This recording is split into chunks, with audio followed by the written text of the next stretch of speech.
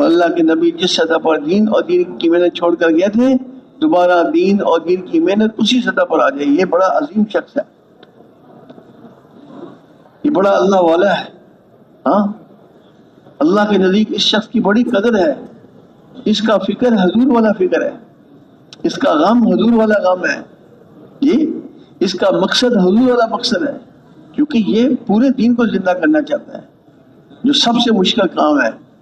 دیکھو کرنا تو اللہ تعالیٰ نے ہے، ہم نہیں کر سکتے، لیکن ہم فکر کر سکتے ہیں، سوچ سکتے ہیں، نیت کر سکتے ہیں، دعائیں کر سکتے ہیں، گشتیں کر سکتے ہیں، جماعتیں نکال سکتے ہیں، یہ مقامی کام 5 جمال مسجدوں میں زندہ کروا سکتے ہیں جو ہمارے بس میں ہے. ہم شروع کر دیں یہ نیت کر کے، پورے دین کی نیت کر کے کام شروع کر دیں بس، کہ یا اللہ کر دے، یا اللہ کر دے، پورے دین کو زندہ کر دے، یا اللہ 8 ارب انسانوں میں زندہ کر دے، یا اللہ قیامت تک اس دین کو زندہ کر دے.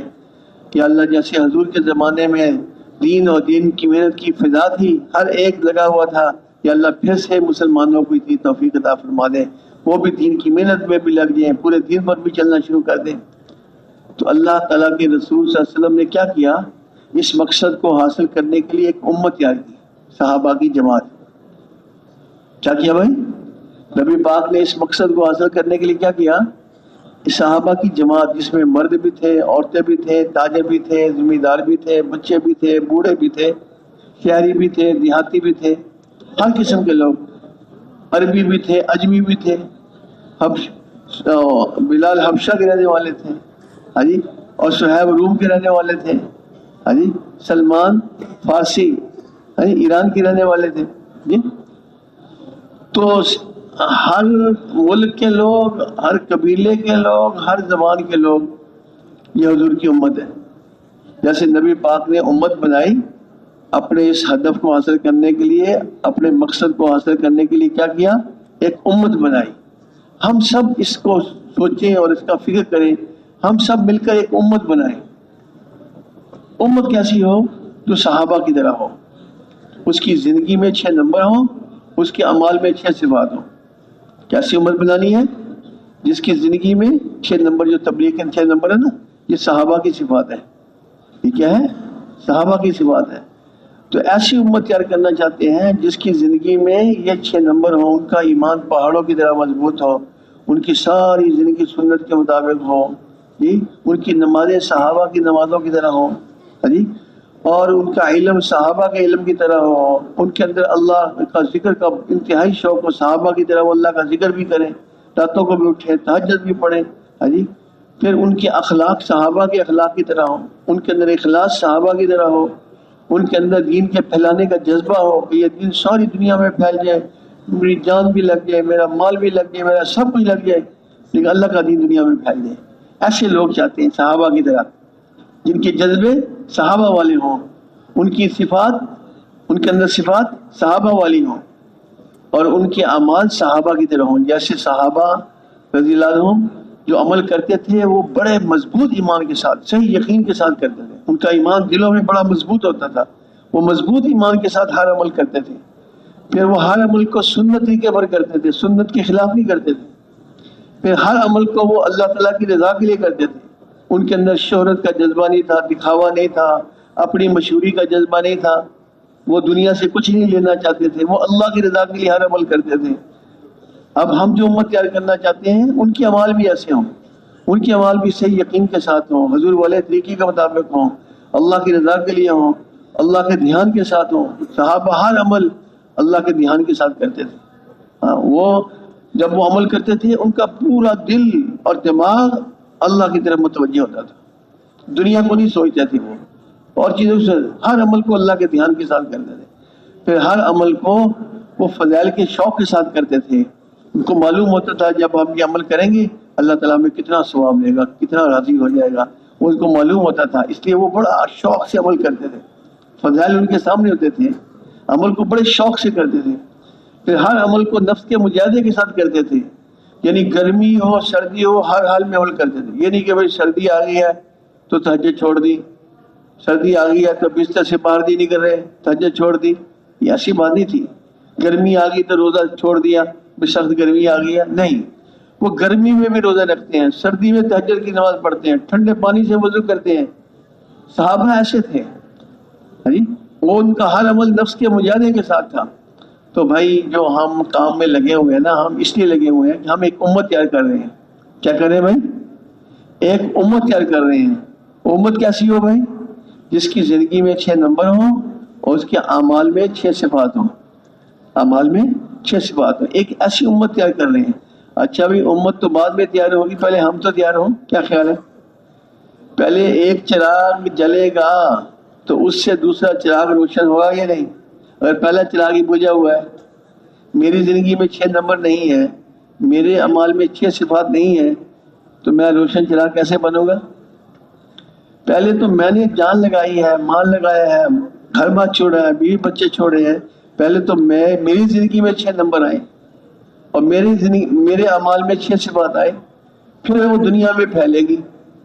پہلے ایک چیز وجود میں ہوتی ہے، پھر وہ پھیلتی ہے. ایک چیز وجود میں ہی نہیں ہے، وہ پھیل کیسے جائے گی؟ ایک چیز اس کا وجود ہی نہیں ہے، وہ ہے ہی نہیں، وہ پھیل کیسے جائے گی؟ پہلے تو وہ وجود میں آئے، پھر وہ پھیلے گی. تو بھئی پہلے تو 6 نمبر میری زندگی، ہر بھائی کہے کہ میں اپنی زندگی میں 6 نمبر لانے کے لیے نکلا ہوں کہ 6 نمبر میری زندگی میں آ جائیں. میرا ایمان پہاڑوں کی طرح مضبوط. اتنی دعوت دوں ہر روز، اتنی دعوت دوں اور اتنا اللہ سے رو رو کے مانگوں کہ میرا ایمان پہاڑوں کی طرح مضبوط ہو جائے. اتنی میں سنتیں سیکھوں ہر روز کہ سر سے لے کر پاؤں تک میری ساری زندگی سنتوں کے مطابق ہو جائے.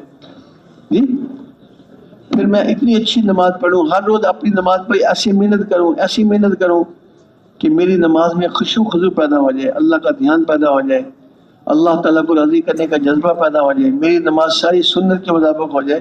اتنی محنت کروں میں نماز کے اوپر، روزانہ آدھا گھنٹہ، پونا گھنٹہ، 2 رکعت پڑھ کے بس 6 صفات اپنی نماز میں پیدا کروں. میری نماز صحابہ کی نمازوں کی طرح ہو جائے. یہ کام ہے بھائی، یہ کام ہے، کرنا ہے اس کو. پھر روزانہ ہم نے علم سیکھنا ہے، نئی نئی حدیثیں یاد کرنی ہے، امت کو اٹھانا ہے اعمال کے اوپر. امت نمازی بنے، ذکر کرنے والے بنے، درود شریف پڑھیں، سچ بولیں، زکوٰۃ دیں، حج کریں. جی، سارا دین زندہ ہو تو فضائل سنائیں گے لوگوں کو، تو فضائل یاد کریں گے، پھر سنائیں گے تو امت کھڑی ہو جائے گی اعمال کے اوپر. پھر اتنا ذکر کریں ہر روز بھائیوں کہ ہمارے دل میں اللہ تعالیٰ کی محبت گڑ جائے، بس سارا دل اللہ ہی کی محبت سے بھر جائے. حتیٰ کہ اگر ماں باپ سے محبت ہو وہ بھی اللہ کے لیے ہو. جی، استاد سے محبت ہو وہ بھی اللہ تعالیٰ کے لیے ہو. نیک آدمی سے محبت ہو وہ بھی اللہ کے لیے ہو. تو یعنی اللہ کی محبت وہ غالب ہو جائے، باقی سب کی محبت مغلوب ہو جائے. جی، پھر اس طریقے سے ہمارے اخلاق بہت اچھے ہو جائیں، جیسے صحابہ کے اخلاق تھے نا، ایسے اخلاق ہمیں اللہ دے دے. یہ ہر روز ہم دعا کریں، اللہ سے رو رو کے مانگیں. جی، پھر ہمارے اندر اخلاص پیدا ہو جائے، ہم ہر کام اللہ کی رضا کے لیے کریں. جی، پھر دین کے مٹنے کا درد اور غم ہمارے اندر پیدا ہو جائے اور شوق ہو کہ اللہ کا دین ساری دنیا میں پھیل جائے، یہ شوق لگ گیا ہمیں. تو یہ ہے 6 نمبر، یہ ہمارے اندر ہونے چاہیے، یہ ہمارے اندر.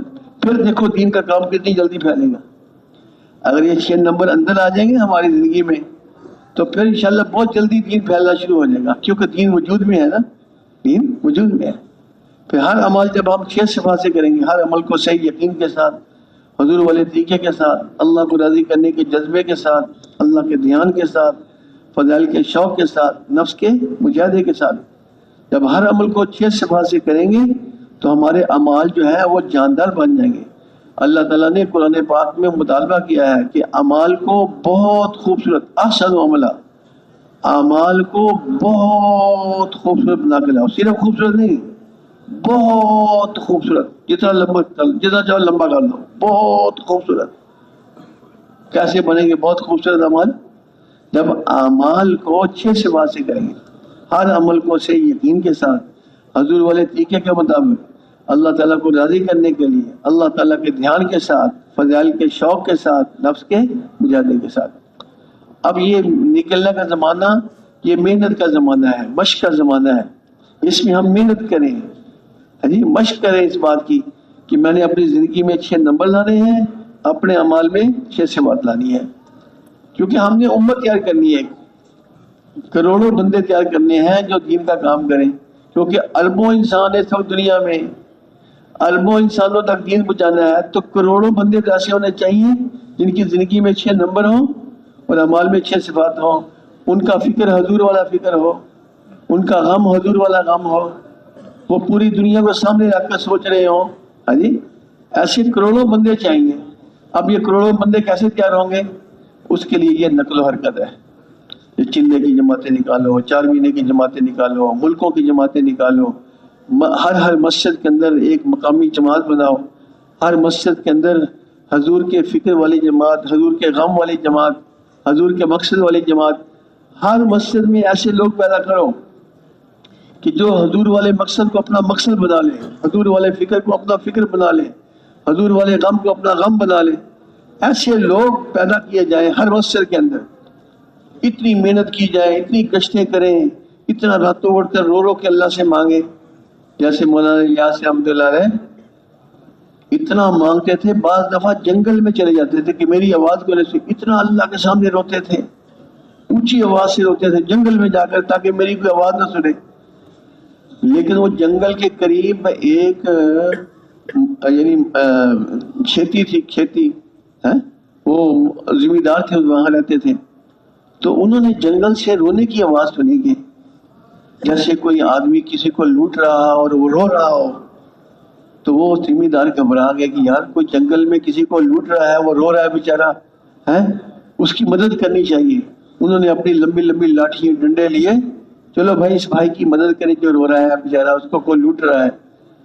جب وہ جنگل میں گئے تو دیکھا کہ مولانا الیاس رحمۃ اللہ سے مانگ رہے ہیں، رو رہے اللہ کے سامنے، یا اللہ امت کو ہدایت دے دے، یا اللہ امت کو، رو رہے اللہ کے سامنے۔ ایسے تھوڑا یہ دین پھیلا ہے، ایسے تھوڑا یہ دعوت کا کام چلا ہے۔ وہ تو اللہ والے اتنا روئے، ہاں جی، پہلے زمانے میں جب شروع میں کام تھا، جماعتیں اتنا اللہ کے سامنے روتی تھیں کہ بستی والے اٹھ کے مسجد میں آ جاتے تھے، شاید جماعت والوں کا کوئی بندہ مر گیا اس لیے رو رہے ہیں، کیا جماعت والوں کا کوئی بندہ مر گیا بیچارہ اس لیے وہ اتنا رو رہے ہیں، حالانکہ بندہ تو نہیں مرا ہوتا تھا، وہ تو بیچارے ان پڑھ میواتی ہوتے تھے، ہاں جی، ان کو کچھ آتا نہیں تھا، ہاں جی، غریب ہوتے تھے بیچارے، لوگ ان کی بات نہیں سنتے تھے، وہ جب بیان کے لیے کھڑے ہوتے تھے وہ کہتے او بیٹھ جاؤ آرام سے، ویسے باتیں کر رہے ہو، ایسے لوگ کرتے تھے بیچارے۔ وہ پھر رات کو روتے تھے، یا اللہ لوگ ہماری بات بھی نہیں سنتے، ہمیں بیان بھی نہیں کرنے دیتے، اے اللہ تو ہدایت دے دے، ذمہ داری بہت بڑی ہے اور کوئی بات نہیں سنتا، روتے تھے اللہ کے سامنے۔ تو بھائی وہ تبلیغ تھی جو مولانا الیاس رحمۃ اللہ نے کر کے گئے ہیں، اس کو تبلیغ کہتے ہیں، ہاں جی۔ کھانا بہت کم کھاتے تھے، وہ چنے وغیرہ تھے نا، چنے وغیرہ وہ باندھ لیتے تھے چادر میں، اور ایک طرف گڑ باندھ لیتے تھے، جب جس کو بھوک لگتی تھی وہ تھوڑے سے ہمس چنے جو تھے نا وہ کھا لیتا تھا، اور تھوڑا سا گڑ کھا لیتا، پانی پی لیتا تھا، یہ روٹی ہو گئی، چلو کوئی دسترخوان نہیں، کوئی برتن نہیں، ہاں جی، کوئی وہ چٹو بٹھا نہیں، یا وہ کوئی چٹنی بنانے والا نہیں۔ اب تو ماشاءاللہ جماعتیں جب جاتی ہیں اتنے برتن کہ جو بیچارہ برتن اٹھاتا ہے اس کا ہی منکا ٹوٹ جاتا ہے، اتنے بھاری برتن، اتنی چیزیں اور اتنا سامان، ہاں جی۔ اور ایک بزرگ یہاں کہہ رہے تھے جنہوں نے جان دینی ہے اللہ کے لیے وہ جان بچانے کے سامان اٹھا کر سر پر پھر رہے ہیں، جنہوں نے اللہ کے لیے جان دینی ہے وہ جان بچانے کے اسباب سر پر اٹھا کے پھر رہے ہیں، یہ کیسے جان دیں گے؟ اس کام کا مقصد تو ہے کہ میری جان اللہ کے لیے حاضر ہے، جان لگ جائے، مال لگ جائے، سب کچھ لگ جائے، اللہ کا دین زندہ ہو جائے، ہماری منزل تو یہ ہے، ہم نے تو وہاں پہنچ رہے ہیں۔ یہ چلہ 3 چلے سال یہ تو راستہ ہے، راستہ، یہ کیا بھائی راستہ اصل ہوتا ہے یا گھر اصل ہوتا ہے؟ آدمی راستے پر چلتا ہے کس لیے؟ کہ گھر پہنچ جاؤ۔ سڑک پر چلتا ہے کس لیے بھائی؟ گھر پہنچ جاؤ۔ اور جو راستے میں پھرتا رہے وہ گھر کیسے پہنچ جائے گا؟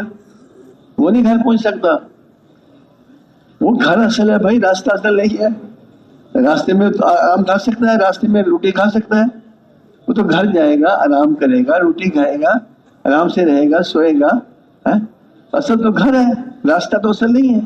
یہ چلہ 3 چلے 4 مہینے سال یہ تو راستہ ہے، مقامی کام یہ تو راستہ ہے. پہنچنا کہاں ہے؟ پہنچنا اس پر ہے کہ پورا دین زندہ ہو جائے، پورا دین زندہ ہو جائے، پوری دنیا میں زندہ ہو جائے، اور قیامت تک آنے والے انسانوں میں زندہ ہو جائے. اللہ کے نبی جس سطح پر دین اور دین کی محنت چھوڑ کر گئے تھے، اسی سطح پر دین بھی آ جائے، دین کی محنت. یہ ہے ہمارا گھر، یہاں ہم پہنچنا چاہتے ہیں. چلہ 3 چلے اس گھر تک پہنچنے کے لیے، اس مقصد تک پہنچنے کے لیے ہیں چلے 3 چلے. تو بھائی ہمارے سامنے مقصد ہونا چاہیے، منزل سامنے ہونی چاہیے، راستے کو اصل نہ سمجھے. یہ چلہ 3 چلے یہ راستہ ہے، منزل ہماری کیا بھائی؟ کہاں پہنچنا ہم نے؟ کہ پورا دین زندہ ہو، پوری دنیا میں زندہ ہو، اور قیامت تک آنے والے انسانوں میں زندہ ہو. یہاں پہنچنا ہے ہمیں، اس کے لیے ہم نکلے ہوئے ہیں، اس لیے لوگوں کو نکال رہے ہیں.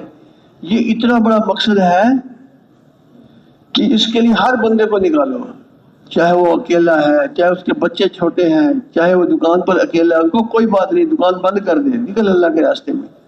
اتنا ضروری کام ہے یہ. کہتے میرے بچے چھوٹے ہیں، کوئی بات نہیں، اللہ ان کا حافظ ہے، تو نکل اللہ کے راستے میں. ہر حال میں نکلو، جیسے صحابہ ہر حال میں نکلے. تو ہر حال میں لوگوں کو نکالنا یہ ضرورت ہے اس وقت. یعنی اس وقت روزانہ ہزاروں بندے ہیں جو مرتے ہیں بیچارے، اور مر کر سیدھے جہنم میں جا رہے ہیں. ہزاروں بندے روزانہ مرتے ہیں، مرد عورتیں تاجر ذمہ دار، مرتے ہی بیچارے ان کو قبر کا عذاب شروع ہو جاتا ہے اور جہنم میں جا رہے ہیں بیچارے. اب ان کا کون فکر کرے گا؟ اگر ہر آدمی اپنی دکان کو لے کے بیٹھا ہوا ہے، کوئی اپنے بچوں کو لے کے بیٹھا ہے، کوئی اپنی بیوی کو لے کے بیٹھا ہوا ہے، تو ان بیچاروں کا کیا بنے گا جو ہزاروں ہر روز مار کے جہنم میں جا رہے ہیں؟ ان کا کیا بنے گا پھر؟ اللہ کے نبی نے یہ نہیں دیکھا صحابہ کہ بچے چھوٹے ہیں یا ان کو یہ غریب ہے، نہیں، صحابہ کو ہر حال میں نکالا. اللہ کے نبی نے غریب تھے، غریب بھی نکلے. یعنی ایک کھجور 24 گھنٹے میں ملتی تھی، وہ ایک کھجور کھا رہے ہیں اور اللہ کے راستے میں جا رہے ہیں. صحابہ کی کھیتیاں پکی ہوئی تھی، کھیتیاں پکی ہوئی تھی کھجور کی. اب اللہ کے نبی نے کہا غزوہ تبوک میں چلنا ہے، اب بڑا مشکل ہے، سارے سال کی روزی ہے، کھجور کی فصل ہے، چھوڑ دیں تو ضائع ہو جائے گی. لیکن اللہ کے نبی نے کہا نکلو. تو سبحان اللہ، سارے صحابہ وہ اپنی پکی کھجوروں کو چھوڑ کر اللہ کے راستے میں نکل گئے. منافقوں نے کہا او رزق چھوڑ کر جا رہے ہو، وہ سال کے بعد رزق ملا، اس کو چھوڑ کے جا رہے ہو. تو صحابہ نے کہا رزق چھوڑ کر رزاق کی طرف جا رہے ہیں، جو رزق دینے والا ہے اس کی طرف جا رہے ہیں، وہ ہمارے رزق کی حفاظت کرے گا. چھوڑ کے نکل گئے. پھر منافق لوگوں نے کہا اتنی سخت گرمی میں جا رہے ہو، اتنی سخت گرمی میں آدمی کو گھر رہنا چاہیے، آرام کرنا چاہیے. تو اللہ تعالیٰ نے جواب دیا قرآن پاک میں، ان سے کہو قل نار جہنم اشد حرا، کہ جہنم کی جو گرمی ہے اس گرمی سے زیادہ سخت ہے. جہنم کی گرمی، اس گرمی سے اللہ ہمیں جہنم کی گرمی سے بچائے گا. ہم نکل رہے ہیں گرمی میں، اللہ ہمیں جہنم کی گرمی سے بچائے گا. تو بھائی ہر حال میں صحابہ نکلے اور ہر حال میں انہوں نے دین کا کام کیا. 7 بہنوں کا ایک بھائی ہے، وہ بھی اللہ کے راستے میں جا رہا ہے. 7 بیٹیوں کا ایک باپ ہے، وہ بھی اللہ کے راستے میں جا رہا ہے. بیمار ہے صحابی، وہ بھی اللہ کے راستے میں جا رہے ہیں. بوڑھے ہیں، 90 سال عمر ہے، بیٹی کہہ رہی ہے با رک جاؤ آپ، ہم جاتے ہیں، آپ بوڑھے ہو گئے، 90 سال عمر ہے. وہ کہتے ہیں مجھے قرآن پاک کی آیت گھر میں نہیں بیٹھنے دیتی، ان پھر وہ خفافا و ثقالا. اور یہ صحابی کون ہے؟ جو حضور کے میزبان ہیں. جب حضور مدینے آئے تو ان کے گھر میں ٹھہرے، ابو ایوب انصاری. اتنی فضیلت والے صحابی، اتنے بڑے صحابی، ساری زندگی دین کا کام کیا، لیکن بڑھاپے میں بھی گھر نہیں بیٹھے. اور اب ان کی قبر جو ہے ترکی کے اندر ہے. مدینے کے رہنے والے، اور قبر کہاں ہے؟ ترکی کے اندر ہے. کہاں ترکی اور کہاں مدینہ؟ تو اس طریقے سے صحابہ لگے ہوئے تھے، جان بھی لگا دیتے، بڑھاپے کی پرواہ نہیں کرتے تھے، غریب ہونے کی پرواہ نہیں ہے، مالدار ہونے کی پرواہ. عبد الرحمن بن عوف اتنے مالدار تھے کہ ان کی جو جزا تقسیم ہوئی تو سونے کو کاٹ کاٹ کے کوہاڑیوں سے تقسیم کیا. اتنے مالدار تھے. لیکن جب بھی حضور نے فرمایا فوراً حضور کے ساتھ نکل گئے. یہ نہیں کہ یا رسول اللہ میری تجارت بہت بڑی ہے, میں بہت بڑا تاجر ہوں, میں کیسے جا سکتا ہوں. نہیں, تجارت وہ بڑی ہے. جب حضور کا حکم آ گیا, حضور نے فرما دیا چل رہا ہے, تجارت کو یوں پھینکا اور وہ اللہ کے راستے میں جا رہے ہیں. کسی وقت بھی پیچھے نہیں رہے. جب کبھی پیچھے رہے تو حضور کی طرف سے ڈانٹ آ گئی کہ تو پھر جنت میں بھی بعد میں جائے گا. جو دنیا کی وجہ سے دین کے کام میں پیچھے رہے گا تو پھر جنت میں بھی بعد میں جائے گا. فوراً حضور کی ڈانٹ آ گئی. تو حضور کے زمانے میں امیر بھی جا رہے ہیں, غریب بھی جا رہے ہیں, جن کا مال بہت ہے, جن کی تجارت بہت بڑی ہے, وہ بھی نکل رہے ہیں, ذمہ دار بھی جا رہے ہیں. ہاں جی, عورتیں بھی اپنے بچوں کو بھیج رہی ہیں, بچے بھی ایڑیاں اٹھا اٹھا کر اپنے آپ کو پیش کر رہے ہیں. 100% مسلمان دین کی محنت میں لگے ہوئے تھے. تو بھائی اس چیز کو زندہ کرنے کے لیے نقل و حرکت ہے, یہ تبلیغ کا کام اس لیے ہم کر رہے ہیں کہ حضور صلی اللہ علیہ وسلم کے زمانے میں جیسے دین کی محنت کا رواج تھا نا, ایسے دوبارہ محنت کا رواج پڑ جائے. جیسے حضور کے زمانے میں لوگ 100% دین پر چلتے تھے, دوبارہ لوگ 100% دین پر چلنا شروع ہو جائے. تو یہ بات یاد رہے گی بھائی, اس کو ذہن میں رکھ کے وقت لگانا ہے. جب یہ بات ذہن میں ہوگی نا تو پھر آدمی رات کو سو نہیں سکے گا, رات کو اٹھ کے روئے گا, امت کے لیے دعائیں کرے گا, جماعت بنانے کا فکر ہوگا, یا اللہ امت یاد کر, مال لگائے گا, جان لگائے گا, اپنی صحت کا اتنا خیال نہیں کرے گا, دین کا خیال کر کے چلے گا. صحابہ کی طرح, وہ صحابی کا ہاتھ کٹ گیا, وہ کٹا ہوا ہاتھ, وہ جو چمڑا تھا اس ہاتھ لگا ہوا تھا, اس کے ایسے لٹک رہا تھا. اب وہ ہاتھ کٹ گیا تو دوسرے ہاتھ سے لڑنا شروع کر دیا. جب اس ہاتھ نے تنگ کیا تو اس کو پاؤں کے نیچے رکھ کر کھینچا اور اس کو الگ کر کے پھینک دیا اور ایک ہاتھ سے لڑنا شروع کر دیا. کوئی کر سکتا ہے ایسے؟ اتنا دین کا غم تھا دین پھیلانے کا کہ اپنے ہاتھ کا خیال نہیں ہے یہ کہ اللہ کا دین دنیا میں زندہ ہو جائے, اس کے لیے میری جان لگ جائے, میرا ہاتھ کٹ گیا کوئی بات نہیں. وہ ایک صحابی کہہ رہے ہیں یا اللہ کل کو میری ایک دشمن سے ملاقات ہو, وہ میرا ناک کاٹ لے, میرے کان کاٹ لے, میرے جسم, اور قیامت کے دن جب میں تیری دربار میں حاضر ہوں تو مجھ سے پوچھے تیرے کان کدھر ہے, تیرا ناک کدھر ہے, میں کہوں اللہ تیرے رستے میں کٹ گیا, میں کہوں اللہ تیرے رستے میں کٹ گیا. ایسے جیسے دعا مانگی ویسے قبول ہوگی. دیکھو ان کا شوق کیا ہے. ہم کہتے ہیں کہ ہمارا ناک نہ کٹے, ہمارا کان نہ کٹے, وہ صحابی کیا کیا شوق ہے, اللہ کے لیے میرا ناک بھی کاٹ دیں, میرا کان بھی کاٹ دیں, تاکہ میں اللہ تعالیٰ سے جب اللہ مجھ سے پوچھے تیرے ناک کان کدھر ہے, میں کہوں اللہ تیرے رستے میں کٹے گئے. کیا شوق تھا صحابہ میں. بھائی یہ صحابہ والا کام ہے, صحابہ کی ترتیب پر چلے گا. جیسے صحابہ نے قربانیوں کے ساتھ اس کام کو کیا, اس طرح قربانیوں سے چلے گا. ہم بھائی تکلیف مانگے نہیں, اگر آ جائے تو صبر کریں. ہم کمزور ہیں, ہم عافیت مانگیں, اللہ ہمیں عافیت کے ساتھ سہولت کے ساتھ زیادہ سے زیادہ ہم سے دین کا کام لے لے. اگر کوئی تکلیف آ جائے, کوئی پریشانی آ جائے تو صبر کریں, جیسے صحابہ نے صبر کیا.